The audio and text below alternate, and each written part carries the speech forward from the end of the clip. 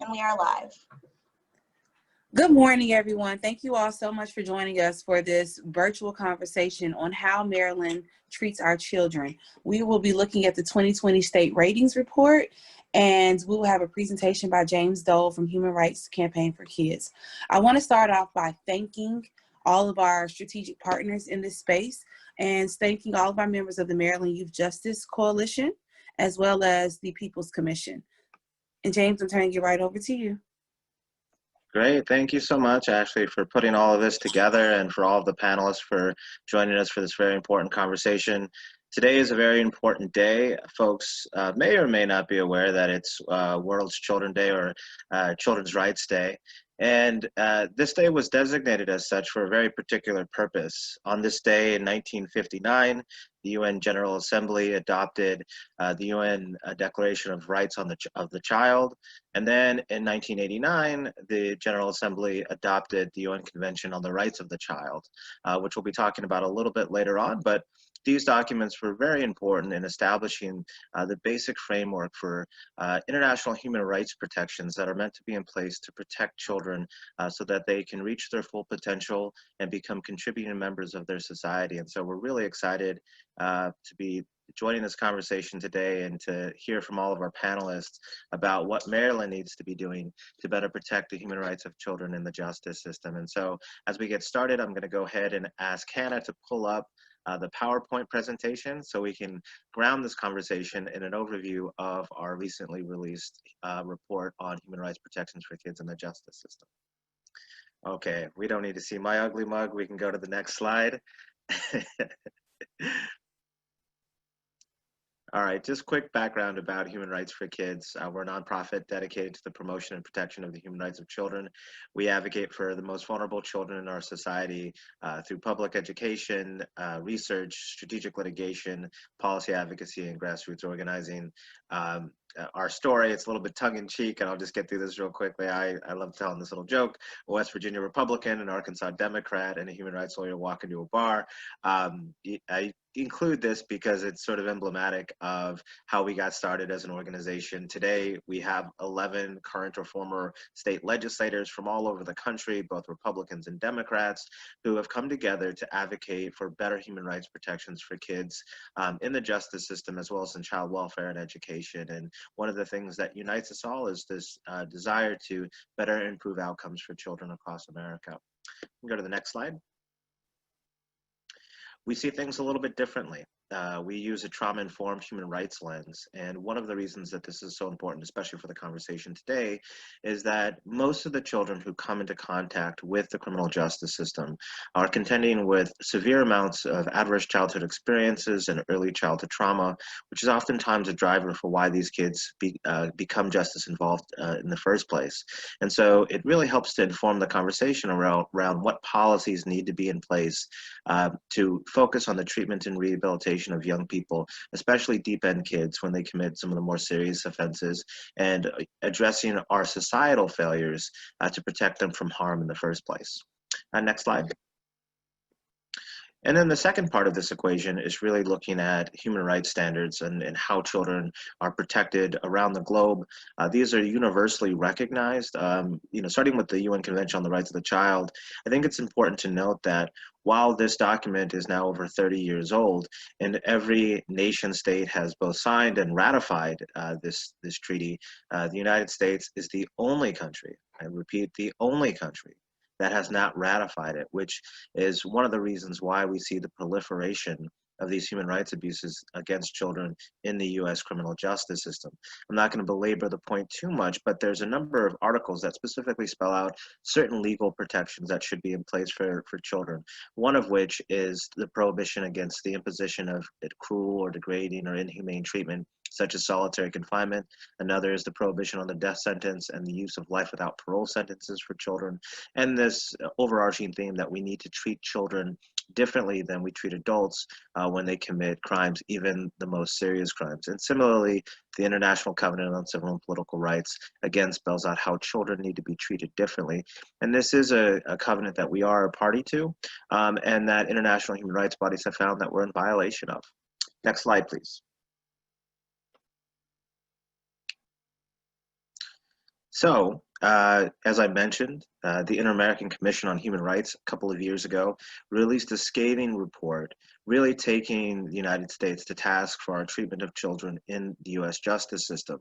One of the things that the Commission observed was that the ambiguity of the reservation that we made in the ICCPR, specifically that we would limit our treatment of children in the adult system to unique or special or exceptional circumstances, wasn't in fact the case, and that the ambiguity of that reservation that we made had resulted in the violation of children's human rights at the federal, state, and local levels. And we'll get into a little bit for why this is in our report in just a second. Next slide, please. So our report in general, we released this report to really establish a national benchmark to educate the public policymakers, the philanthropic sector, the advocacy community, policymakers, everyone who had a vested interest in the outcomes of our youth, so that folks understood how we were failing to protect our most vulnerable children, and how we were in violation of many of these human rights standards. So our report examines 12 categories of law that we've deemed essential to establishing a basic legal framework to protect the human rights of kids in the justice system. These categories are largely informed by both the CRC and the ICCPR, and they cover four main categories, really. Children's entrance into the criminal and juvenile justice systems, the treatment of children as adults, conditions of confinement, and then finally, the social reintegration of child offenders once they've completed their sentences. So basically what we did was we reviewed the statutes in each of the states for each of these 12 categories, and then states received a composite score based on the cumulative total that they received. And then based on that, we then ranked states according to how well they did based on our Tier 1, Tier 2, Tier 3, or Tier 4, which I'll talk about in just a second. Go to the next slide, please. Just keeping track of time. So these 12 categories that you see on your screen here are the ones that we deemed essential because they were directly informed and we could directly link back to the CRC as well as the ICCPR. And again, if you look to the far left-hand side of your screen, this is really that first bucket of categories that I mentioned of children's entrance into the justice system. So it's looking at what happens at the point when children are arrested. Are there due process protections in place? The minimum age by which we allow children to even be adjudicated delinquent in the juvenile justice system to begin with, whether or not states extend juvenile court jurisdiction to all children under the age of 18, and then the treatment of children in the adult criminal justice system. And here, we wanted to make it clear that we needed to draw age-based distinctions and categorically prohibit, no matter what offense a child commits, prohibit the transfer of children under the age of 14 into the adult system, and then also require, even if a child is going to be subject to transfer, that they not be transferred, and they have a hearing if they're between the ages of 14 and 17 that considers their child status as well as their exposure to adverse childhood experiences and traumatic events earlier in their life. The middle category really focuses on the treatment of children if they've been subject to transfer and are being tried in the adult system. And here, we wanted states to end the application of mandatory minimum sentences, create new standards by which children are sentenced that are different from the ways that adults are sentenced, ending the felony murder rule, banning the use of life without parole sentences, and banning the use of virtual life or de facto life without sentences, and really having a safety valve for release so that children, after a certain amount of time, would automatically come up and be eligible for release from incarceration. Then on the right-hand column, the first two categories, banning solitary confinement and banning the incarceration of children in adult jails, lockups, or prisons, fits into that last, the third bucket there, which is the conditions of confinement. And then the last two, post-release supervision and voting rights restoration, really focuses in on children's social reintegration, wanting to make sure that they don't have the stigma of being on lifetime parole or lengthy post-release supervision, and that they can become full contributing members of society by being able to exercise their rights as citizens to vote. Next slide, please. So again, as I mentioned, we have these tiers based on the number of points that a state received. We place them in those particular tiers. And here, tier 1 is being the best. We only had one state in that category that I'll mention in just a second. But here, states have an impressive legal framework to protect the human rights of children, and they are taking their obligation to defend human rights seriously. On the other end of the spectrum, which is where Maryland fell, we have our tier 4 states, right? And this is where states have made little to no effort to protect the human rights of children in the justice system and is likely in violation of international human rights standards. Next slide, please. So based on everything that I just mentioned, you can see from the color-coded map here, basically blue being the best, which is also the reason we chose blue, I should also mention, is because it's also recognized as the color for the human rights logo.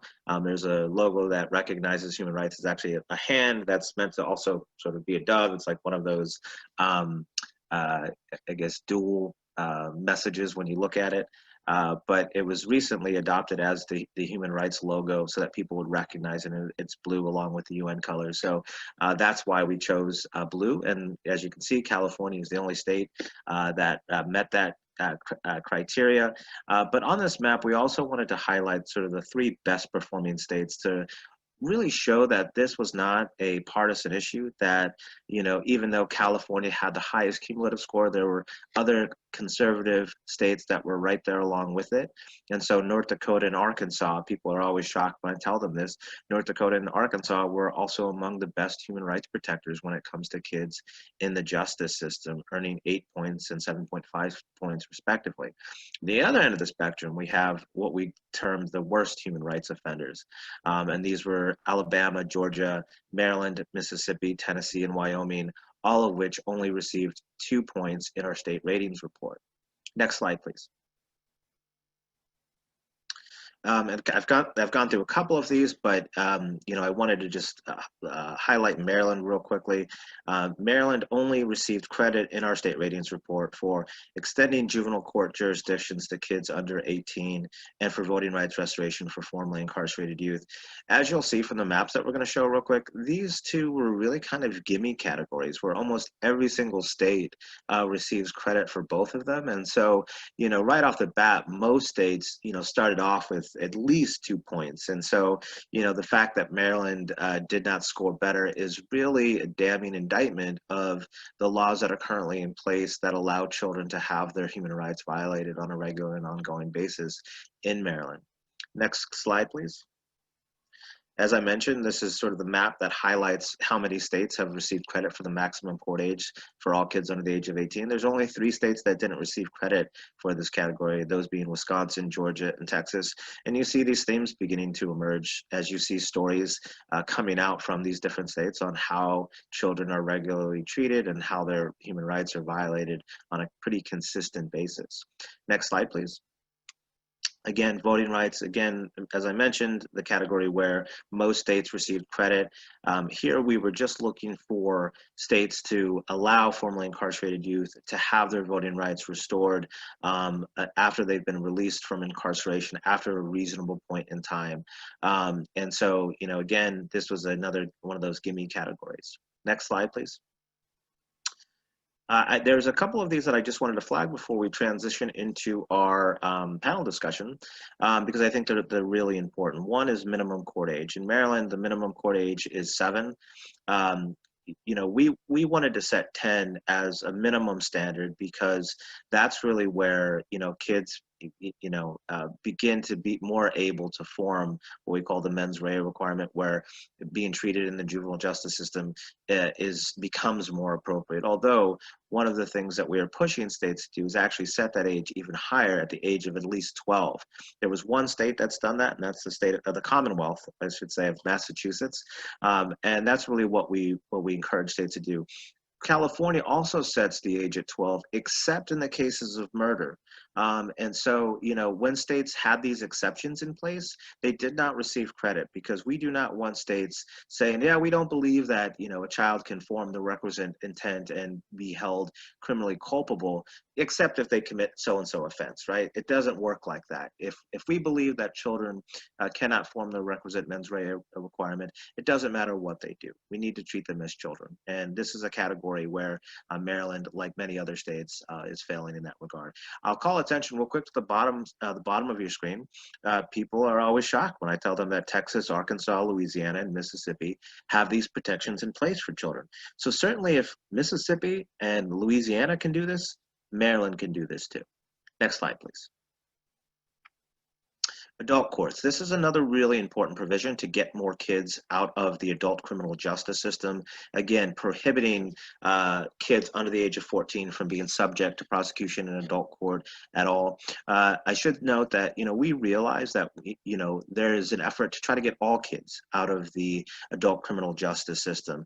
And so this shouldn't be construed in any way as sort of a model provision for us that we want, if you allow kids who are 14 to be prosecuted as adults, you're doing a good job. The way that this report and these categories really should be construed as a bare minimum standard of care, right? And so that's, also where Maryland is falling down again. And I'll call your attention down to the bottom states again: Arkansas, Louisiana, Texas, all prohibit kids under the age of 14 from being prosecuted in adult court, no matter what they do. And so again, if this is something that Texas and Arkansas and Louisiana can do, certainly Maryland should be able to do it as well. Kansas is the only state that received full credit for this category, as they both prohibit the transfer of children under the age of 14 and require child status hearing for children between the ages of 14 and 17, with no exceptions, before a child can be proceeded against in adult court. Next slide, please. Mandatory minimums. Most states did not receive credit for this, but this is something that we're really trying to get more and more states to embrace. This last year, Virginia was one of the few states that enacted similar reforms. This, again, is going to allow states to come into compliance with the need to treat children differently in the justice system. Next slide, please. And again, Maryland is one of the few states now in the region that still allows life without parole sentences to be imposed. It's one of only 5 states that has not come into compliance with the U.S. Supreme Court's decision, Miller v. Alabama and Montgomery v. Louisiana, which I think Crystal, one of our panelists, is going to talk a little bit about later on. But we just wanted to show this map so that folks could see again that this is a bipartisan issue that states are moving away from rather quickly. Next slide, please. And then again, solitary confinement, many states are having full-out bans. In order to receive full credit, 2 things needed to happen. There needed to be a ban on solitary confinement for kids in juvenile facilities, which, the lighter shade blue states had, but then also a prohibition on solitary confinement for kids in adult facilities, which oftentimes happens to kids because, they're placed in those conditions for what people term their own protection. So we have a lot of kids that are currently incarcerated in adult prisons where they're placed in these inhumane and degrading facilities or treatment. Next slide, please. And then, one way to get credit for banning solitary confinement for kids in adult prisons is simply not to place kids in adult prisons to begin with. And unfortunately, there were only 3 states that received credit for this. Again, California just enacted a law this year banning the incarceration of children in these facilities. West Virginia, people always want to make fun of West Virginia, but I'll tell you what, it's one of the best states in the country when it comes to protecting the human rights of kids in the justice system. And then again, Rhode Island is the other state that received credit in this category. Next slide, please. What does it all mean? Looking sort of big picture, what we see is a collection of red and blue states, conservatives and liberals, both leading on these issues, as well as both failing. And that's important because what it tells us is that we can win. We can win on these issues. Next slide, please. And then I'm going to close out. We love, at Human Rights for Kids, we love this quote from the great Nelson Mandela. He said that there can be no keener revelation of a society's soul than the way in which it treats its children. And so on Children's Rights Day, we hope that folks will resolve to join us in moving the country in a better direction to protect the human rights of children.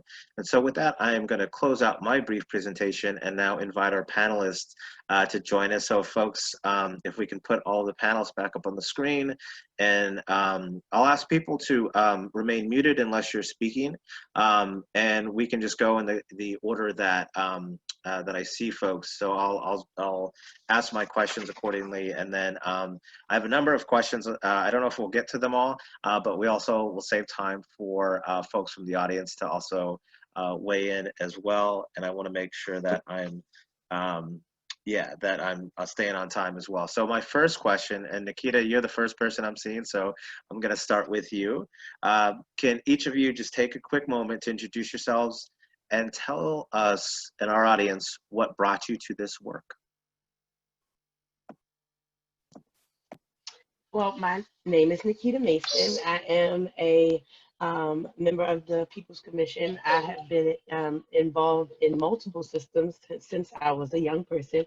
I grew up in the foster care system. I've been in youth incarceration, which led to some adult incarceration. I've been involved in multiple systems throughout my life, and I've also been involved in multiple nonprofits.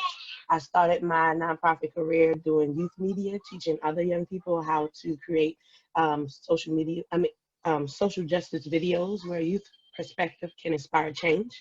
And then from there, I've branched off into other aspects of social entrepreneurship, doing work with the NEKC Foundation, and basically kind of guiding them on youth engagement.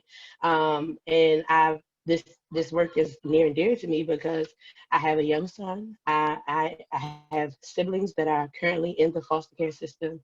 I have family members who are incarcerated right now, young men in my family who have been involved in activities that have led them into the juvenile justice system, and they have also been charged as adults for their crimes. And I got the opportunity to be a part of the People's Commission, and it is my mission to make a dent and make a change in those type of interactions that youth have um, with the criminal justice system. Thank you so much, Nikita. And I feel the emotion coming from your voice. And I just want to thank you for being vulnerable with us and sharing that part of your life and story, and for the advocacy work that you do. Thank you so much. Thank you. Nate, I see you next. I'm going to go ahead and pivot to you. Good morning, everyone. I'm really glad I can be a part of this today because this report, I know we're going to get to that question, but this report hit me hard. And I work at the Annie Casey Foundation, where I am the director of our Juvenile Justice Strategy Group. I grew up in Maryland, in Montgomery County. I came to this work in some ways a little bit by accident. I was working, always interested in youth issues and interested in justice issues. I started working for Washington, D.C.'s municipal government, the district's government, and worked in their juvenile justice agency. And that exposed me to all the ways in which what we call juvenile justice is a series of injustices in which behavior for many young people that is normal adolescent behavior that gets kind of treated the way that we might expect by understanding that kids are kids and that they do things that may cross the line into things that are illegal, but it doesn't make them bad kids, and it certainly shouldn't harm them for the rest of their lives. And for other kids, we feel totally okay with disrupting their childhoods, sending them, putting them on probation with a bunch of conditions, locking them up in detention centers and correctional facilities. And once I was exposed to that, something that I knew nothing about myself growing up in Maryland as a teenager in Maryland, seeing it as an adult, I got the bug. Once I got that, I couldn't stop wanting to work on this. And I learned about the Annie Casey Foundation through doing that work. And it's become my life's passion to change this system and all of it that it does to young people. Great. Thank you so much for joining us, Nate, and for all the work that you and the Annie Casey Foundation do. And next I see Garrett. I'm going to go ahead and pivot to you. Quick aside, I'm really glad that you were able to join us, Garrett. We've never met, but this is my 10-year anniversary of officially becoming a Catholic. I was baptized at Loyola in Baltimore during my 3rd year in law school, so I'm really glad that the Catholic Conference can join us. So I'm going to go ahead and turn it over to you. Very nice. Happy anniversary, James. Thank you. And I really want to thank you for the great report and the work that you do. It's very eye-opening and just an awesome report. So as far as, why we're here in this space, the Maryland Catholic Conference has been a longstanding proponent of justice reform, both in the adult and the youth justice systems in Maryland and across the U.S. through our national conference. Me personally, I came through my past law practice. I had experience on both sides of the justice system and became interested in the prospects for reform here in Maryland when I moved here. And when I began working for the church, I was very encouraged at the breadth of advocacy for justice reform that the church is engaged in, which I hadn't realized the extent of prior to. But really, what is at the core of why we're in this space is we believe that rehabilitation is really at the core of the justice system. So that does not mean that we have to neglect addressing wrong, but it means really that we need to foster second chances, and that's what we believe. So it's a really important consideration in the adult justice system, but even more of a consideration we believe in the youth justice system. So the recognition that youth in fact have inherent characteristics of even greater prospects for reform due to the fact that they're scientifically not fully formed in conscience is really of the utmost importance. And that's why we're in this space advocating for reform policies. Great, thank you so much, Garrett. And now my good friend from the R Street, you're the next person on my screen. Emily, go ahead and take it away. Thanks, James. Yeah, I'm Emily Mooney from the R Street Institute, and for folks who aren't familiar, we're a policy think tank based in DC that works to advance free markets and limited effective government. So I'll save my spiel about how this issue is really grounded in government overreach and lack of evaluation for a later point in this conversation. But personally, I was brought into this work really also similar to Nate and focused on youth issues, and then realized in just some of my outreach and volunteering in the community that those youth issues were so intertwined with criminal justice involvement, both with family members, the normalization of violence in communities, and just young people used to, seeing people they loved move away or be affected by violence, or that seeing a murder happen in your neighborhood was commonplace and to be accepted and dealt with. And likewise, hearing just stories of victimization and how that often connected to crime and future criminal justice involvement, and was since joining R Street and working on issues over the last, I guess 4 or so years, a member of my family member was charged in the adult system due to the maximum court jurisdiction. And so certainly this is both professionally, personally, and my own political views is something that I'm glad you highlighted, that some Republicans in some states have stepped up, but it's truly a bipartisan issue. It's an issue about families, about people, and and then depending on one's spiritual conviction as well, an issue about morality and justice and believing in redemption. So excited for this conversation today. Thank you for having me. Absolutely, thank you so much, Emily. And then last but certainly not least, our good friend from the Campaign for the Fair Sentencing of Youth, Crystal. Why don't you go ahead and introduce yourself and tell us a little bit about what brought you to the work? Thanks, James. My name is Crystal Carpenter. I work for the Campaign for the Fair Sentencing of Youth. It's a nonprofit that leads efforts to ban life without parole and other extreme sentences for children who cause harm. It advances alternative responses that focus on their unique characteristics as children, including their capacity for change, and creating opportunities for those that are formerly incarcerated or formerly incarcerated youth to thrive as adults and lead in their communities. So I've been at the Campaign for about 2 years. I've been focused on criminal justice reform or reform to the criminal legal system for the past 24 years. I was thrust into that position when my loved one was facing time, 57 years to life for a crime that was committed at the age of 17. So through that journey and fighting for his release, I came across the Campaign, was able to do advocacy work and play an integral role in getting legislation passed in Washington, D.C. So I am now bringing that full circle focusing on making sure the proper supports are there for others that are coming home, and also just trying to make sure that we're able to get as many states across the nation as possible to follow the practices that James alluded to earlier in his presentation and make sure that children have age-appropriate sentences. Great. Thank you, Crystal, and thank you to all of our panelists. We're really excited for this conversation. And now I'm going to open it up, and I'm going to start with a couple of questions before I ask you individually specific questions about your work. But my first question for everyone is, we did this overview of the report. Was there anything that jumped out to folks? Was there anything that shocked you about Maryland's rating in our state ratings report? Did you sort of have this in the back of your mind that, Maryland doesn't do a great job anyways? Or were you guys, were folks shocked just to learn just how poorly Maryland was treating kids in the justice system when it comes to the legal protections that are in place to protect their human rights? And anybody, I'm going to just open it up, anybody can respond to that.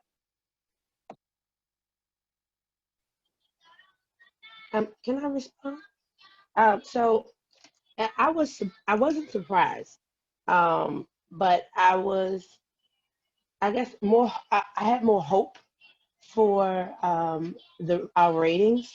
I have friends who actually work for the Baltimore City Juvenile Detention Center downtown, and we have conversations often about the fact that there's hearings for individuals to be waived down and to stay in the juvenile court, and it seems like it's happening more often when I'm having those conversations, but it was just I was kind of hopeful from having the dealings with my friends that work there, and then when I got this report, I'm like, yeah, well. It was kind of a surprise, but I was more hopeful, so my hopes were shot down.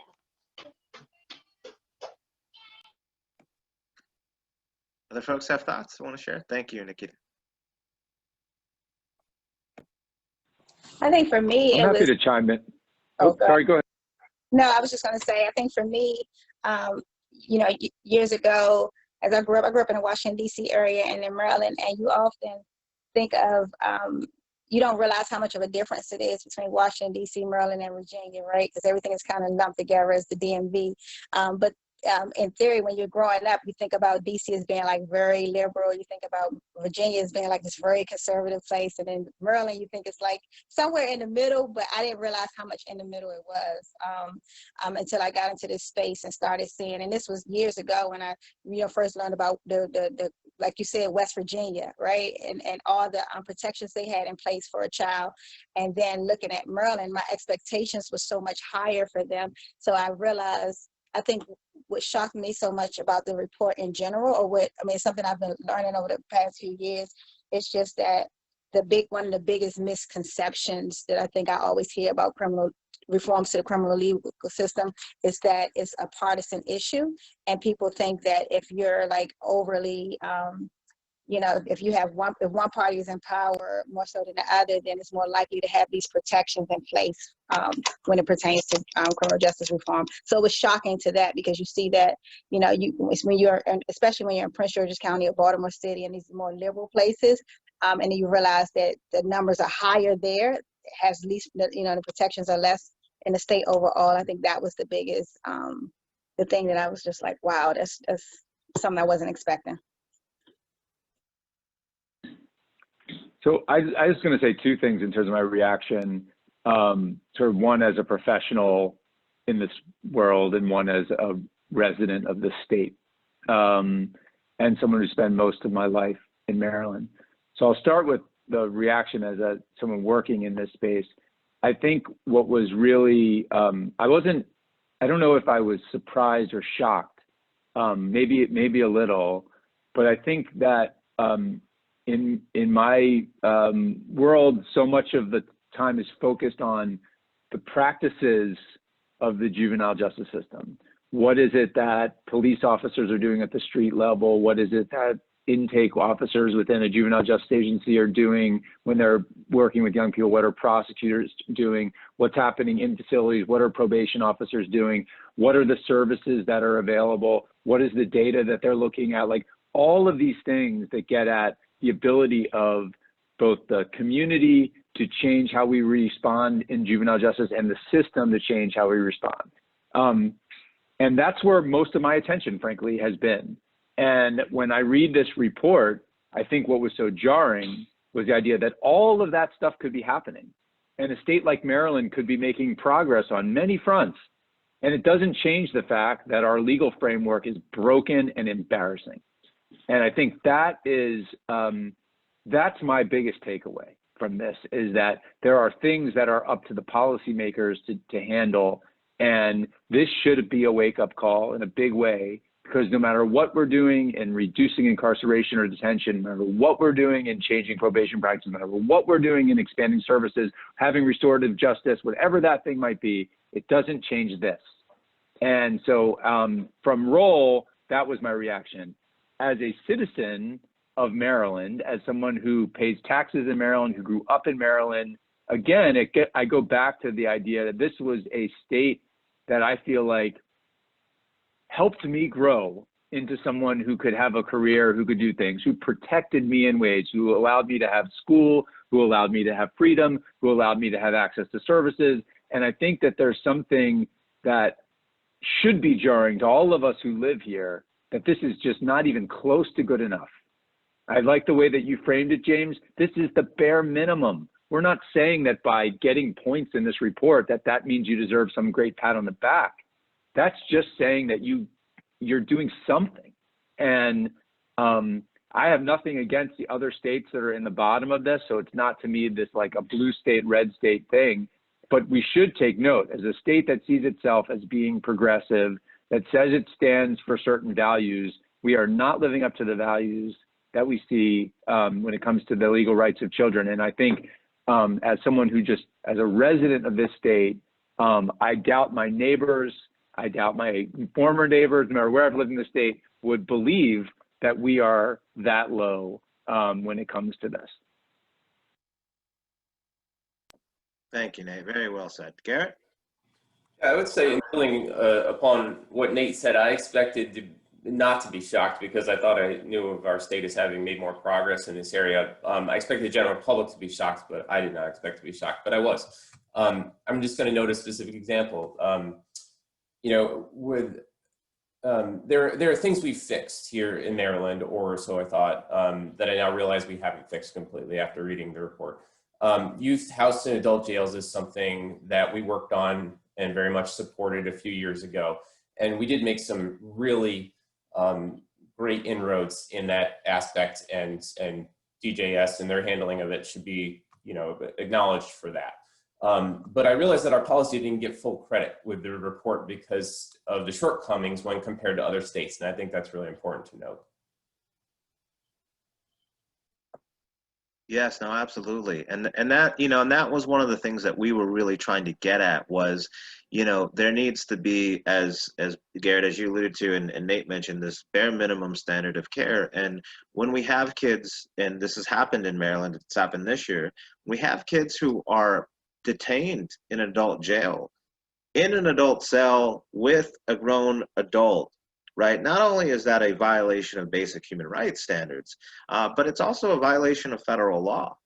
And so this is something that is happening on a regular basis in Maryland that, you know, I think the report is beginning to draw out. And so I really appreciate everyone's comments. And I'm going to transition a little bit. I've got more questions I'll come back to if we don't have questions from the audience, but I really want to give each of you a chance to answer targeted questions that we developed specifically about your work. And so my first question is going to go to both Nikita and Crystal. Can you both, you know, you both talked earlier about just the impact from a human standpoint that these issues have had directly on you, your families, the communities that you live in there in Maryland. And I was hoping that you guys might just take a moment to talk a little bit about the human impact a little bit more, what it means for young people and their families, when they face the prospects of potential lengthy prison sentences?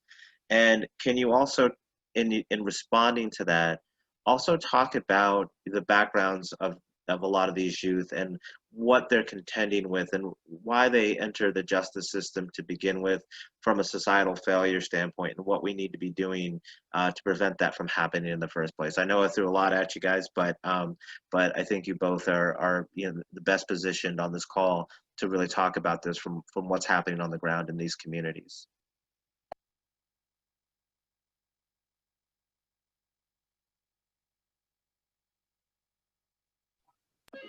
Go ahead, Nikita. So I'll go first. I think that I don't. Okay, I'll open it. Son. I don't come from money. My family, we struggle. We come from struggle. A lot of us are welfare, recipients, and we need assistance. And for example, my two cousins who are, and when you mentioned earlier, I just have to go back to the fact that, young people are in cells with adults. Like my little cousin, he was into some activities to help his family make money, and he got, in trouble. And right now, he is in a cell with a grown man who will not allow him to do anything. And it's a struggle for me, coming from, the foster care system, and being incarcerated as a young person, and not having the connections, or the even the know-how to get him the help that he needs.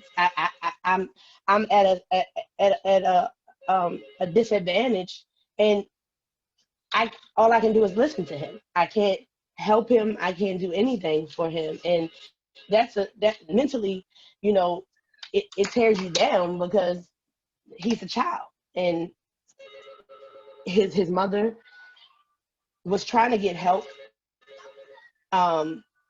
with his behavior through different avenues, and she even came to me to see if I can get him into the program that I was working with the youth media, and I tried, but it was difficult. I think that I just wanted to share that fact that, mentally I'm struggling with the fact that I cannot help him in his situation.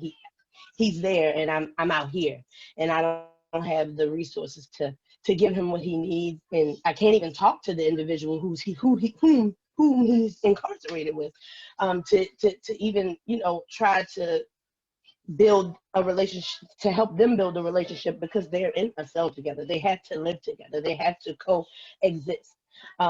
And so, from the standpoint of human rights and society, and where he comes from, and where young people who are in these situations come from, it all, to me, goes back to the fact that there's not enough resources and opportunities in urban neighborhoods, in urban communities, for young people to see another way to help their families, basically have the uh,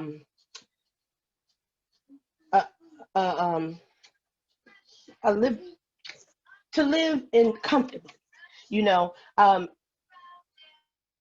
He Most of my family, we were on Section 8. Young people, our children, we have to go to for Christmas and holidays, stop the Salvation Army, and young people want to help when they see their family struggling. And if the only opportunities they see is other individuals giving them packs to sell, or telling them to come to do such and such is quick money. It can help you, help this and that with your family. They're going to do it. It's an opportunity. But if they have other opportunities, they will do those as well. But if you don't see those, if they're not prevalent in your neighborhood, and the prevalence is the other option, it's a human emotion, or everybody wants to take care of themselves. And that is what, especially in the situation that I'm talking about with my cousins who are now incarcerated, that's what they were trying to do. And I think having opportunities like with the NEKC Foundation, they have the Learn and Earn to Achieve Potential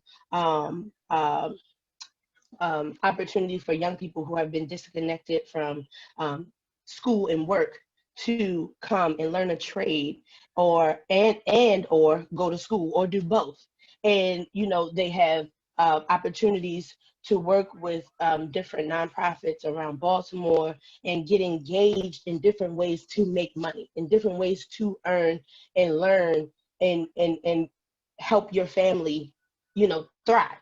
And I think that that's a very important aspect to think about when young people are being sentenced, or even from the get-go, when an officer is interacting with a young person, he needs to have those things in mind when dealing with a young person, so you can have that knowledge to build the relationship, so that you understand where the young person is coming from, so that when you go into the courtroom to make, when officers have to come into the courtroom to testify, that they're able to speak for that young person and where they were coming from, because that it's unfortunate, but that officer's point of view is going to be taken to a higher standard than the child's background and where they came from. So having that officer able to speak from the child's point of view and where they came from, I think is integral, is very important from the beginning of the child's interaction with the criminal justice system, which starts with the police. I have more to say, but I want to give. Thank you, Nikita. No, absolutely. You've raised so many important points, and I'm going to wrap that up after we hear from Crystal. Yeah, and I'll go quickly. I think Nikita really summarized everything pretty well. James, to your point, I think we see and we know, and just from living in these communities, that over 90% of these cases, individuals serving these extreme sentences have some type of trauma involved during their childhood, right? And that's from even broken families. They come from broken families, or riddled with drug abuse, sexual abuse, homelessness, and other extreme forms of poverty. So those things are not uncommon in these cases. So in many ways, what I've seen and what I've known to be true just from my life and the friendships and relationships that I've had with individuals, that the systems around us have failed them, or seemingly failed them over and over again, like time and time again, from the school systems they were in, not catching when their grades are dropping, and they have all these things that are prevalent, that are clear indicators that something is wrong. No one says anything, and then they go into the streets and they try to find a way of life, and people know that they're not going to school, or that they have some type of, when they not going to the doctor, or not all these things, and no one does anything there. And then when they go in the criminal justice system, it's like, okay, I want to lock them up for the rest of their life, right? When you failed them previous, you never gave them an opportunity to thrive. So to Nikita's point, there's definitely a deficit in access to opportunity in the communities that many of these individuals come from. I will say, as it pertains to when families and individuals are faced with these lengthy sentences, I think it makes a major difference when you don't have a sense of hope on the other side. It makes a difference in the way in which you do your time, is what I've seen in people. So when if you go to court and you're 15 or 16 years old and you're told that you're going to die in prison, right? It changes the way, it may impact the trajectory you go on when you first go into prison, because you think you're going to die. So you're kind of giving up throughout your time. So you spend your time differently. I think what I've seen and what I've noted is that at the same time, despite over 90% of these cases having, faced with difficulties before they got incarcerated. The individuals that I've met and know personally are some of the most resilient people that I've ever encountered, right? And that means that, they've taken a lot of classes, done a lot of things to change their life around, despite not having opportunities or access to opportunity before they came home, and even sometimes being barred from doing certain classes while they're in prison. But I do think that what we've seen, even with the DC cases or the cases in DC that fell under the law, that it literally, once the law went into effect, it changed the trajectory of the prison system. The way in which people were doing their time, people started doing their time with a new sense of hope. It ended in a lot of the prisons, and this is documented, a lot of the prison system, less fights, less things, because they was just doing their time differently. They had hope. Like, the hope changed things within the prison systems, and people don't realize what that means, but it really means a lot. It made people have to think about what they're doing. They didn't think that they were going to die in prison. So I do think for families, it makes a difference too.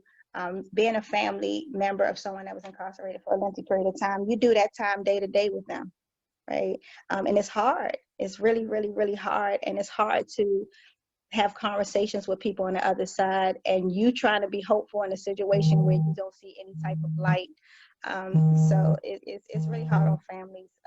It's really hard on those that are incarcerated. It's harder on those that are incarcerated, but it's definitely hard on families and those that are incarcerated when there's no hope attached, when they're facing the prospect of a lengthy prison sentence, and especially when they get a lengthy prison sentence attached to them. Can I just add a couple of things? I want to be vulnerable in this space and share that,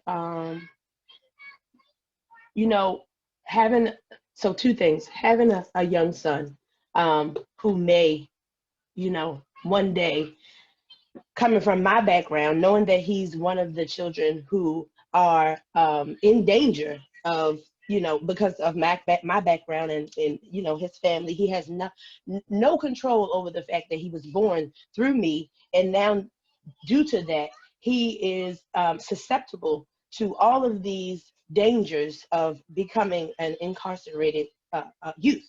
I struggle with housing and homelessness. I've struggled with it previously with my mom through, and all of these things. And I know that as he grows up, he lives with me. He's a part of my family. He's gonna see me struggling as a young Black mother in Baltimore, and he's gonna want to, help me.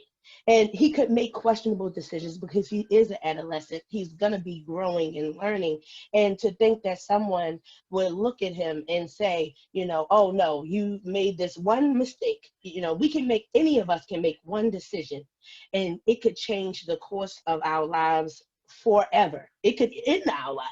So to think that an adult would, put my son in handcuffs instead of trying to negate his path is frightening for me as a Black woman and as a mother.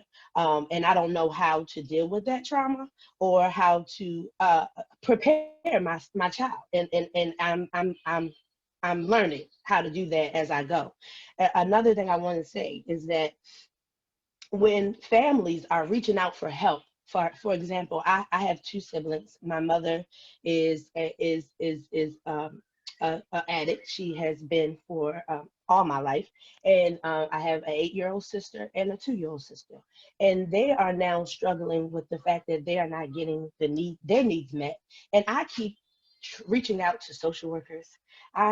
I reach out to their teachers. Their teachers are reaching out to me, asking me why they're not in school. And I'm telling them, here's the social worker's number. Can you help me get them support and different things? And all I get is that if we get involved, they're going to take your siblings away.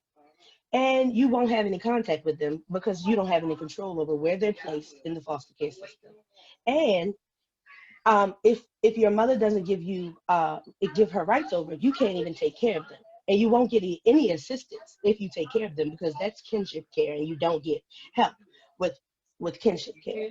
And to think that my siblings have no way out. So they have a social worker. The social worker sees that they have food, and that's enough for them.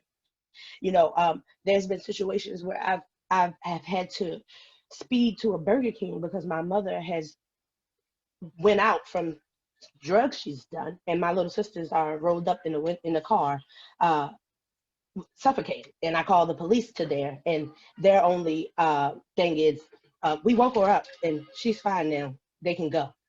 And where are the protections? When do my little sisters get to say, I feel safe? I don't feel like they're safe, so I know they're not safe. And when I reach out to police officers, social workers, individuals who are supposed to stand up for them, those are the type of answers I get. We don't have enough resources. Your mother has housing, they have food, they're fine, but they're not. They're being traumatized every day. They don't know if their mother is going to OD while they're driving. My little sister is 8, and she has to make sure that my mother is woke at every green light to move on, and to drive. And those are things that I present to social workers and police officers, and they tell me that there's nothing that they can do. And I think that is where the line should be drawn. Protections for young people. So this is where the career starts as a young person. Your mind is always thinking, okay, how can I help my mother? You don't see your mother as an addict. You see her as your mother, and you need to help her do what she needs to do to help to take care of you. And then you start to think, how can I do that? And the only resources you have is people, in the neighborhoods that you're redlined in and red zoned in, and different things that the government has put into place that we can only see certain avenues, but which is by design. So I say that to say, I think that it's very important for measures to be put into place from the starting point. People who are at the front and center, the police officers who come to those calls, and they need to have the resources. They need to have contacts with the Annie Casey Foundation. They need to have contacts with social workers who actually know what to do. Yeah. In these cases. And Nikita, first, let me just, both you and Crystal, that was so incredibly powerful. And I think, first, thank you for sharing and for being vulnerable in this space with us, and for educating the audience, for everyone that's participating on the intersectionality of all of these issues, because I think it's one of the things that oftentimes gets lost when we talk about kids in the justice system. And so I just thank you so much for grounding that and for being vulnerable with us. And I actually want to bring Nate actually into this conversation, because I think what you and Crystal have outlined is a really great framing for a lot of the work that the Annie Casey Foundation is doing, and sort of trying to connect all of these dots. And so thank you. Take some time if you need. And Nate, I'm gonna bring you into this conversation, because I think what we just heard from both Crystal and Nikita was incredibly powerful. And I think that the Annie Casey Foundation has sort of been connecting these dots. And I was wondering if you can talk a little bit about what we just heard in terms of, the failures of the system in child welfare, in education, in juvenile justice, and how that then, relates to kids' involvement in the justice system, and the broader failure, the systemic failure of vulnerable kids coming into the system. And if you can also tie into that, Nate, the work of the Juvenile Justice Reform Council, and how everything we just heard relates to these issues. And is this something that is being taken into consideration by the council as it's looking at new laws that are recommendations for new laws? Sure. So I'll try to do all that and not take too much time. I'll start by saying I don't know how I'm going to add more than what Nikita just said. That I think her personal experience says it all in some ways, but let me try to sort of back it out a little bit. I was thinking about this as you're saying that, like, there seems to be a few things when I think about the connections between these different systems and what are the themes that tie them together, based on what I was just hearing and also just on the experience. I think the first one is, and this relates, I think, to the report too, it's much too easy to get into these systems and it's too hard to get out. And when I think about things like even the age issue of setting a minimum age of jurisdiction in the juvenile justice system, or on the other end of things, extreme sentences and sort of release plans and what happens afterwards, all of that stuff. Sometimes even in well-meaning ways, the system is dragging in people who ought to have something else. And it's really hard then to get out on the other side in a way that makes people feel like there's a path to something better, or opportunity, and the system becomes the thing. And I think a lot of our conversations right now in the Juvenile Justice Reform Council have been about that very point, about how long young people who are on juvenile probation, who are 14 years old, being on for 2 years on juvenile probation is just an enormous amount of your life. And for what purpose exactly? To what end exactly? What am I getting on the other end of it? So I think that's one thing. I think the other thing that I really heard in what Nikita is saying, and I think this is one of the failures not only of the systems, but of even system reforms oftentimes, which is we're talking about cases instead of talking about people. We're talking about what do we do in reforming how we handle a case when there's children and families who are under that case number, under that court case that is moving through. And when I hear Nikita talking about what it's like to see children in pain, to see children who are having to step up for their parents, and to see the lack of response in a way that's giving people what they actually need, is jarring. And I think that is true across systems we fall back on this worst instinct, which is to get more technocratic with our responses so that we have a method and we have a framework and we have a methodology, and it leaves us in a place where we lose the humanity of the people who are suffering, both outside of the system and at the hands of the system. And I think connected with that then as a third thing is about equity. And we haven't talked much about it, but it's just, I talk often about within juvenile justice, but it's the same thing. Like, we just simply operate in different worlds depending on race, depending on where people live, the neighborhood, the zip code. It's part of my response to saying, when I say I think people in Maryland would be shocked, the truth is it exposes my own experience and my own privilege of my life, that I'm saying people would be shocked, because I'm saying people who don't experience this day to day, who haven't been connected to the justice system, who aren't involved in the child welfare system, who have their kids in a good public school that's doing well by their kids, would be shocked. That's what I meant. And I said it without even qualifying it that way, because that's my experience and that's my exposure.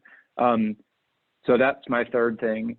And I think all those things in common suggest we need to listen to people, we need to listen to Nikita, we need to take her advice, we need to listen to young people who are experiencing the justice system and their ideas and what it is that they're aspiring to do, what is it that they are asking for, and when they're seeking help, it's our job to provide it. So connecting it, and I said I'd go short and now I'm going long, so I apologize, but connecting it to the Reform Council, like a couple things. One is there are some specific things in the report that I think the Reform Council will be addressing, and they're challenging, I'll just be honest, in a context of lots of different people with roles and opinions, and they have to do with some of that legal framework around age. The minimum age of jurisdiction of the system is one of the things that we've already had debate about. We're going to, I think, have a new vote on the topic, but it's one that's has had some promise. I think I would expect we will leave this council with establishing having voted on a minimum age that is higher than that 10 that you set. I'm not optimistic about everything. I'm optimistic about that. I think what you said, James, in laying out the issue about 14-year-olds and being tried as adults, and saying we don't give points when there's exceptions. I think at its core, one of the struggles of this of the council and of this conversation is that we have a field that has suggested that it is listening to the adolescent brain research and focused on the adolescent brain research. And I think that we are willing to throw all of it out the window once a young person is accused of a very serious crime. All of that stuff we decide doesn't matter, that we can accept children are children and adolescence is a unique period of time, but when a young person picks up a gun and shoots somebody, then we decide all of a sudden that all that stuff about impulsivity and all that stuff about the brain that's still developing and all of that stuff goes out the window. And I think that that's a real challenge, I think, with the council, frankly, of as we talk about of the other end of the system and how are we setting policies that don't make it so easy in Maryland to try children as adults. That is another issue that we're talking about there. So I think we are addressing these things. They are coming up, and I think as the report shows, they are more challenging, and from where I sit, than they should be, of getting consensus of the need to set these basic standards for legal protection for kids. Thank you so much, Nate. Really appreciate your grounding that and framing it. And I'm going to bring our good friend Emily in, our resident conservative. I'm gonna ask you a couple of questions. I'm going to sort of package them together because I think Nate brought up some really interesting points. And I think it's interesting, right? Because Maryland culturally and politically is struggling with this, but it doesn't seem to be the case that there are conservatives, you know, in some of the states I mentioned, Arkansas, Texas, Louisiana, where, you know, the idea of not trying a child under the age of 14 as an adult, not even controversial, right? Setting a minimum age of at least 10 for juvenile court jurisdiction, not even controversial. Banning life without parole in states like North Dakota and Arkansas, you know, it's somewhat controversial, but overwhelmingly supported by the conservative majorities, super majorities in those states, right? And so, Emily, I wanted to ask you, just from the standpoint of, you know, people who come from a conservative background, from a value ethic, what do you think it is that has allowed for conservatives in other jurisdictions to really kind of embrace these reforms from an ideological perspective, or maybe from a values perspective, whether it's faith, family, whatever that might be? And so I want you to sort of big picture answer that question. Then also, you wrote a really amazing white paper that I wanted to shout out last year about how Maryland allows children to be transferred into the adult system. And so I wanted to give you the platform to talk a little bit about that and what kind of reforms could come about if Maryland really embraced what you highlighted, because it would address a lot of these issues that we've also talked about in the report as well. Thank you, James, for that setup. I think the fundamental thing that brings conservatives and Democrats to the table is thinking about the impact on the young person and public safety. And particularly thinking through, is incarcerating a young person actually better? Is that truly going to make a positive difference in their lives? I personally believe there are limited chances. There are limited sort of cases where removing that young person from the community might be best for them, and it might be best for the public. But of course, you know, we can have a longer conversation about the types of services that need to be provided for that to be the case. And same with the adult system, even more limited. You know, there are truly very exceptional cases where I think that would be appropriate, but and always should be an individualized determination. But for the most part, we know that the youth system was founded on the goals of rehabilitation. That's not that is why we created a different juvenile court system for young people, and that also the juvenile system it is taking, hopefully, if it's doing its job rightly, is taking into account what it means to be a young person, what it means to be developmentally growing, to be impulsive, to be a little bit more risk loving, and is helping shape and develop that young person into a productive adult. So I think at the basic level, conservatives are brought to the table when they are given the data and evidence, or pushed to consider that evidence around public safety. Is this actually better for the young person, for the, if there's a victim or survivor of crime related to their offense, are we actually better off by thinking through this? And what the evidence shows us is often we're not, is often that actually incarcerating a young person, bringing them into the adult system is much worse for that young person. Somewhat similar because of what Nikita just mentioned, because they're not, they're still coming back to that same community, that same lack of support, in some cases even more distance from those productive relationships that are trying to support them, trying to get them the help they need. So I would say that public safety, that young person's health and well-being, but also there's an argument for fiscal responsibility. And I think, conservatives are somewhat often the first people at the table to say, hey, incarceration is not cheap. And we saw the Texas, in the adult criminal justice system, that Texas's budget, crisis, when they were thinking about building another couple of prisons, that's what really led to this whole conservative slew of criminal justice reform, both in the youth and adult system, thinking through, hey, our budget's kind of strapped. We say we're going to be fiscally responsible. We're not helping these young people. We're not helping these adults. We need to rethink through our priorities. Why are we doing this? There's this false notion of safety when you remove someone away, when you push the problem away, but you're only pushing that problem away for a year or two, right? And a lot of times you're making it worse. And so I think public safety, fiscal responsibility, thinking about the young person is what brings conservatives to the table. But the other thing, and I think that's perhaps been a little bit more difficult for folks in Maryland, is proximity to the problem. People, representatives and local leaders that are listening to their community, that are seeing, crime occur, that are seeing also the interventions maybe work, maybe not, or seeing really innovative interventions like Baltimore's Joins program that are trying to get young people connected to services earlier. They're internalizing that problem a little bit more similar to, maybe what Nate and I feel, which is the communities that maybe don't have that same problem with crime, or they view the crime problem as, a Baltimore City problem, a Baltimore County problem.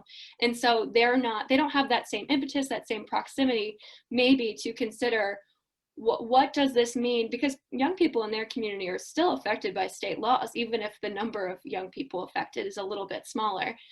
What does that mean to my community, and how is that playing out? And I think it's in some other states, particularly when you have, Republican majorities in legislatures, right? That proximity is a little bit more evenly spread politically. But no, whether Republican or Democrat, a religious individual or not, there is that basic American tenet and believing in individual responsibility and human dignity and liberty that really needs to be brought back into this debate. I think there's appetite for that, but a lot of the questions, and which is where I'll transition to the next question, a lot of it comes down to, in Maryland, I think a kind of a struggle to understand, is this actually good for public safety? And this discourse between short-term kind of results, as in that short-term incapacitation effect of like removing that young person for the community that feels safer, is perceived to be safer for the community, and this a little bit a doubt of the fact that we can actually serve young people in the community effectively, or that we can serve them in the youth justice system as opposed to the adult system effectively, which frankly is not in line what we see in the research, or what we see even from Maryland's own data, but really has been a hurdle in the past in getting bipartisan support in Maryland. But I'm hoping that, as there's more education, as the Juvenile Justice Reform Council and other groups, start talking about these issues, as people gain more knowledge, hear stories like, Nikita's, that they'll start to internalize and really think through, the true benefits and costs, both in human lives, and in fiscal dollars of what's happening. And yeah, one of the things we mentioned in the report, and so in the latest data from the Governor's Office of Crime Control and Prevention is from 2019, and in 2019 we saw 949 kids charged as adults. So that is almost 1,000 children who are having their lives changed. Now, the good thing is Maryland, they have provisions which allow for those young people charged as adults to be transferred back to the youth system in certain cases, not in every case. But again, that's still a lengthy process, even if they are, I think in fiscal year, so that was calendar year 2019 for the first statistic. In fiscal year, 2019, we saw around 330 youth transferred back. So that's good, that's beneficial, but there's still a lot of youth who are stuck in the adult system. There's still the problem of having your, when you're criminally charged an adult, you don't have the same protections for privacy. You still have that adult arrest record. There are, your name is out there and the details of your offense, your alleged offense are out there, and that is permanently harmful for young people. And then for the kids that are in the adult system, there's really no evidence that the adult system is doing any better for them. It certainly has a whole different mission, again, than the youth system. And Garrett pointed out that, there was a legal change a couple years back that now most youth charged as adults are able to be held in juvenile detention facilities rather than the adult system. So there is some differences there, but they're still, if they're tried and incarcerated as an adult, they're eventually still going to be transferred to the adult system at age 18. And so they're missing out on those couple years of juvenile services that youth who are transferred back are able to receive. And most of the time, I mean, when you look at who is charged as an adult, it's because of the state statute. It's because there are categories of offenses which automatically exclude individuals from juvenile court jurisdiction, meaning that they're automatically tried as an adult or charged as an adult. It's not because a judge made a determination, heard the case, understood the history of the young person, understood the context, and decided that the youth system was not the best avenue to hear their case. Again, those are if Maryland really wants to have a system grounded in evidence, grounded in doing the best for children, grounded in doing the best for communities, then we need to give judges a space to make that determination in those most serious offenses, not in every offense, most serious offenses, and not have this system where instead we automatically say, no, we're gonna write that kid off to the adult system. So there's a lot of areas for reform. I think one of the things that your report did that was really great was, again, highlight that all youth should start in the youth system. I don't want to give a percentage, but 99%, if I'm throwing one out there, should stay in the youth system. And that Maryland needs to think through again about making sure that if there is any decision to transfer a youth into the adult system, that there's a judicial determination that child has their due process rights, that they're given care appropriate to their needs, and that really we're doing well by that young person, we're doing well by the community, and we're doing well for the victim of their crime, that we're saying that we care enough about this crime to make sure that they actually don't commit a crime again, which is by making sure you address those underlying issues. That's great. Thank you so much, Emily. Just to highlight a couple of things that you said, the number of youth charged in the adult system who don't get transferred back, right? Then they face the exact same mandatory minimum sentences that an adult would, no matter what their age, no matter what their diminished culpability, the circumstances, right? And so to sort of see how all of that kind of fits together when kids are tried in the adult system, and then how the mandatory minimum issue impacts them is an important one. The other thing that you said that was really powerful, I thought, was the issue of proximity. I've had the privilege of working all across the country with Democrats and Republicans. I've maybe never seen the two states with legislators more active in going into the prison system than in the states of North Dakota and Utah, actually. The Mormon missionaries there, and many of the folks in the legislature are practicing Mormons, make it a priority to go into youth facilities and into adult prisons and to actually conduct ministry and to be proximate with folks. And so I think that's another reason why you see sort of, this focus on rehabilitation and redemption and understanding that we're all more than the worst thing that we've ever done. And maybe that's a good segue into our good friend Garrett from the Catholic Conference. A few years ago, actually, the Campaign for the Fair Sentencing of Youth led an effort to get a number of letters from juvenile lifers here in the United States to Pope Francis. And then he wrote a letter back to them, which was really powerful. And so the Catholic Church has been really engaged on this issue for some time. And Garrett, I'm going to bring you into the conversation. And I have a couple of questions for you in this way. One is, people always tend to forget sometimes when you're having this conversation and people start talking about faith, but I always like to point out that, Moses, King David, the Apostle Paul, for folks who are, either Jewish or of Christian faith, all were guilty of murder, right? They all killed people in the Bible, and yet they're significant figures in both of those religious texts. And most faiths, right, regardless of your religious background, most faiths embrace this idea of redemption and reconciliation. And so I was wondering, Garrett, could you talk a little bit about how the Catholic Conference uses these lessons to educate public policymakers on the need specifically for criminal justice reform? And then can you also talk about how the advocacy community in general can do a better job of engaging people of faith to prioritize these issues? Sure, thank you.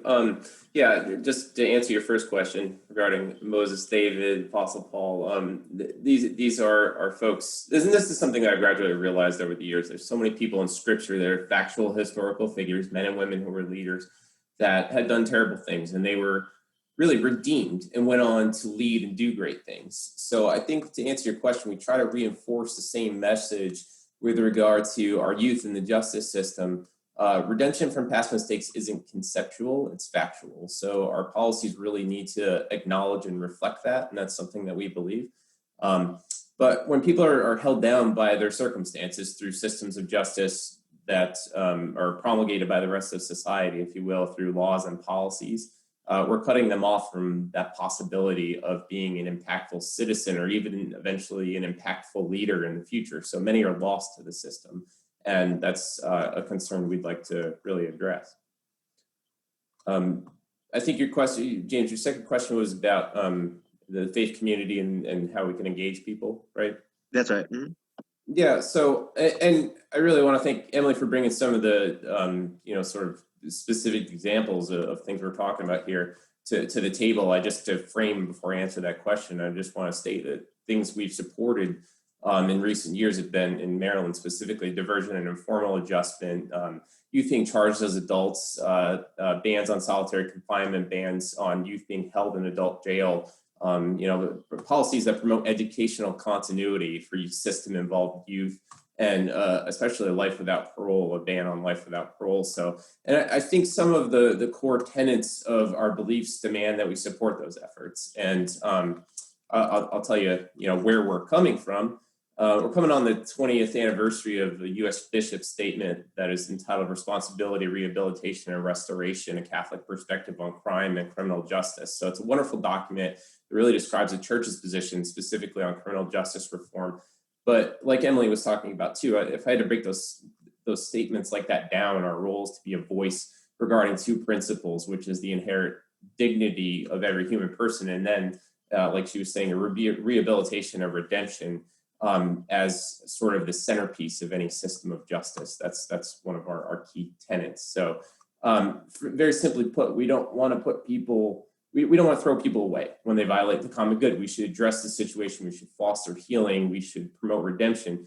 But I think what makes this issue very compelling for the faith leaders and the faith community, particularly the Catholic Church, is that our U.S. courts have even agreed with some of the basic tenets of what I just described. So our courts have acknowledged key elements of rehabilitation and that people have the capability to turn their lives around, and that they should be afforded those chances. So, and it was a principle that was acknowledged last week in oral arguments at the Supreme Court in a case regarding juvenile life without parole, which will hopefully build upon Justice Kagan's opinion in Miller v. Alabama, as we're also familiar with.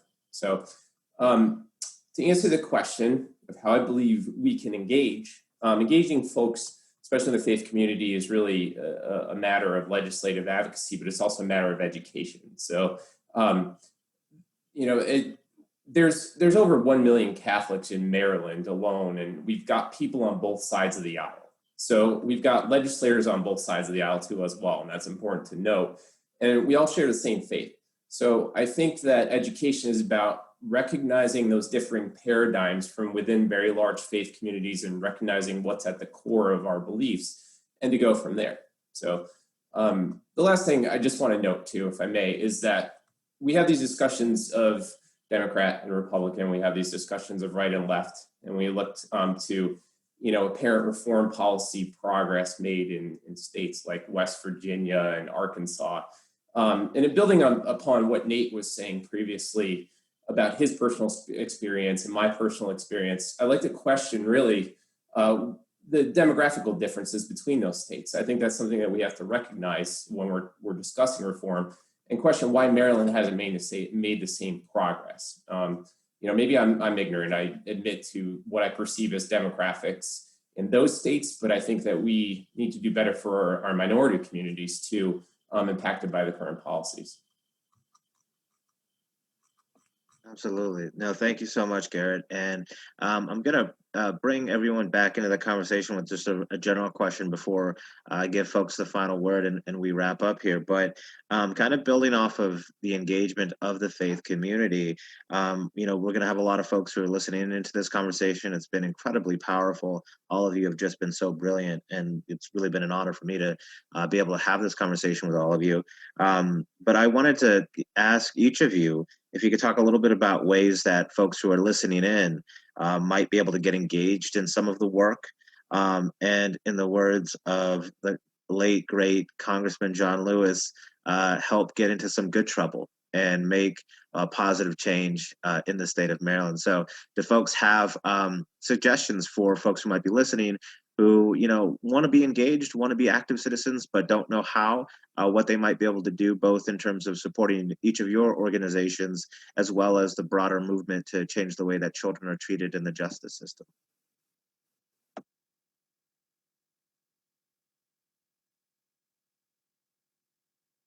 Don't all jump at once. Here, I'll jump in, James. I think at a basic level, reach out to people in your community and listen for where there are issues, listen and support them, personally as you can, but also then take those issues and advocate on behalf of them to your legislators. It's so much, easier to do some of this education and advocacy. A lot of times, it's us, we can show up with stats and data, but it's those personal stories. It's saying how you've been impacted, how members of your community have been impacted. And, for those of us who maybe are in positions of privilege, we have a little bit of greater access to that. I think it's our part of our responsibility too, to use that well. And so I think reaching out to your legislators, even, you don't have to, be in Baltimore City or Baltimore County to think that this is an important issue that Maryland should work on, right? Even if it's not impacting your children, it is impacting children in your state. And so I think that would be my encouragement, is not to, relegate advocacy, to folks that are really dealing with some of the biggest outcomes of this government overreach in these areas. And yet at the same time government underperformance, but that we would all really internalize this as an issue that we should care about. I want to say that I think if people want to get active right now in the state of Maryland for juvenile life without parole, Delegate Jazz Lewis is putting forward legislation this upcoming session called the Juvenile Restoration Act, and we need as much support as we can to have people reach out to their delegates, reach out to their senators, and tell them why they should be supporting this legislation. The legislation accomplishes a few things, including abolishing the sentence of juvenile life without parole, is permitting a person who was convicted of a crime committed while they were a minor to file a motion for a sentence reduction, and they'll go through a judicial hearing. The court can then reduce their sentence if they've been in prison over 20 years. It's not a danger to the public, and the interests of justice are served by the sentence reduction. It also requires the court to really look at these youth characteristics that Nikita talked about, look at their circumstances when they're moving forward towards sentencing, which is we see is very crucial, because at that point, the hope is that they'll be able to more than likely divert them to the resources that they need, even while they're serving their sentences, or even hopefully outside of the adult court. So I think those are three critical things that we hope happen moving forward. And we're hoping that many people will reach out to their legislators and say, I want to support the Juvenile Restoration Act. You definitely can, for more information, we do a lot of things. We have groups. We're featured in the Washington Post recently for a support group we do for juvenile lifers bi-weekly. So we have a lot of supports here that we've been having, and we're hoping that people can give us more in-kind donations to help our efforts. You can visit our website at www.cfsy.org.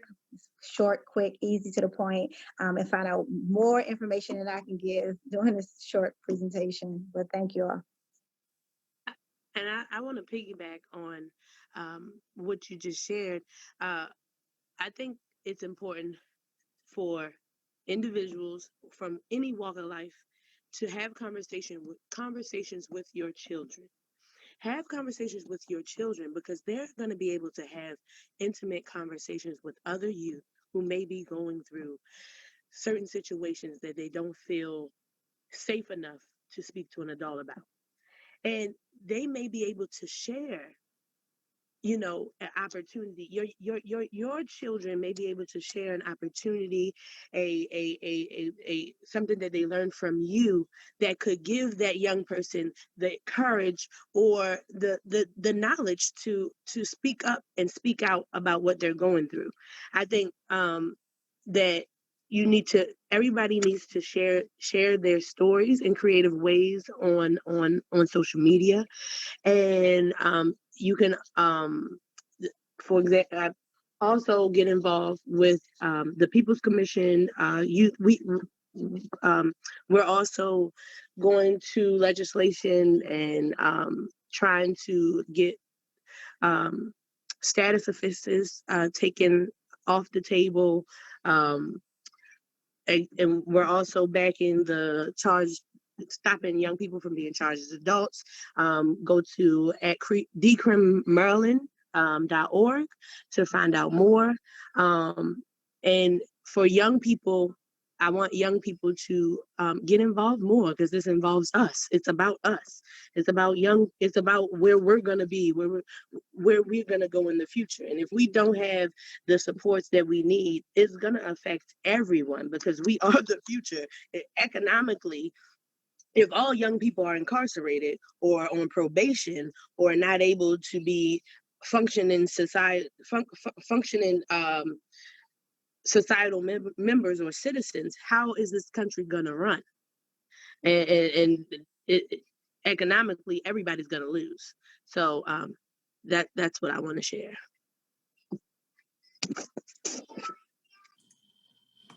Anybody else?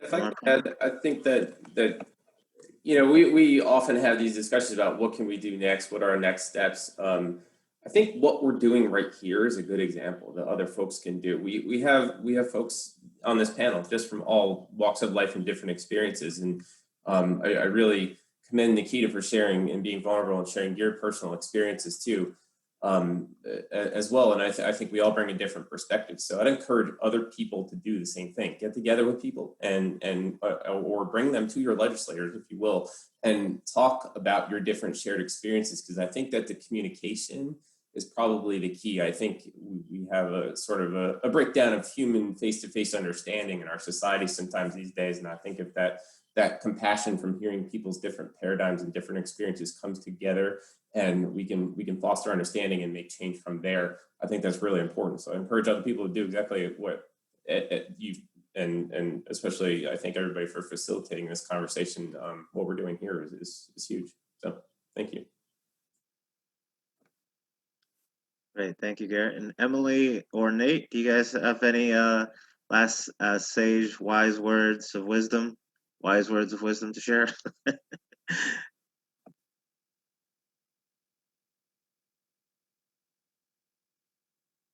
Feel free to take it away. I'm good. I don't think I'm going to say it better than what was just said. So I appreciate those comments, and I'm happy to leave it there. That was great.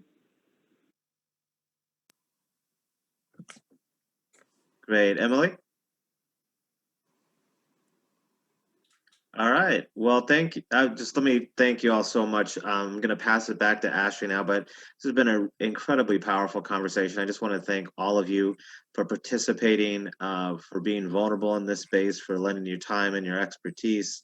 And, one last thing that I will say for folks, this report is a really powerful tool. We developed it specifically to hold policymakers accountable and really inspire people to want to change the way that their systems treat children. And so one of the things that folks can do, take the report, send it to your local state legislator, and say, hey, Maryland's one of the worst states. We need to be in our tier 1 state. We need to be protecting the human rights of our children in a much better way than we currently are. Please make reforms to make this, pass reforms to make this possible. So that's one really powerful example of the way folks can engage with this report as well. Thank you all so very much for your time. And Ashley, I'm going to pass it back to you. I just want to say thank you all so much for joining us for World Children's Day. My name is Ashley Devon, and I'm the Youth Justice Policy Director at Advocates for Children and Youth. I want to take a moment and recognize our 2 major partners on this panel, on this virtual event. The Maryland Youth Justice Coalition.